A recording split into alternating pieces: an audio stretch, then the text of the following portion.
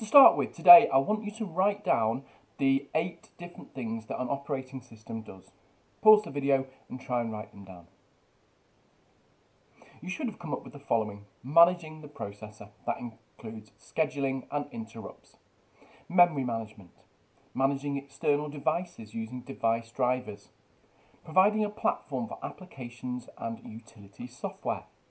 File management, user interfaces, networking and security.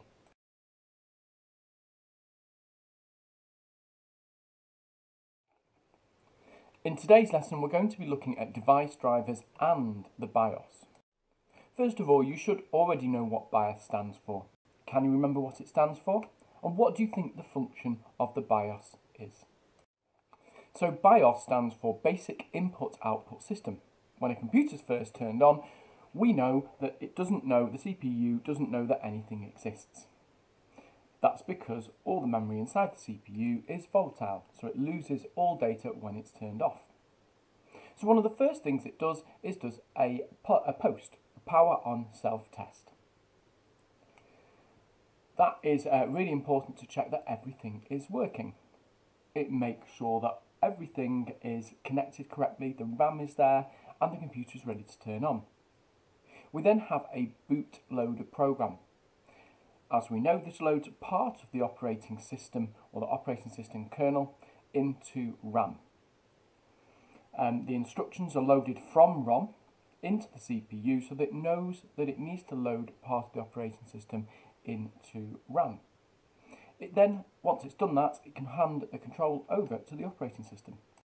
So in summary, our initial startup sequence is stored in ROM because ROM is non-volatile. When our computer is turned on, we know that the BIOS settings tell us what to do. The basic input-output system. The information from ROM is loaded into the CPU.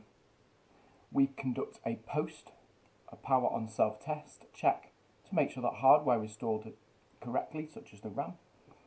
The processor and memory and hard disks are all okay and working.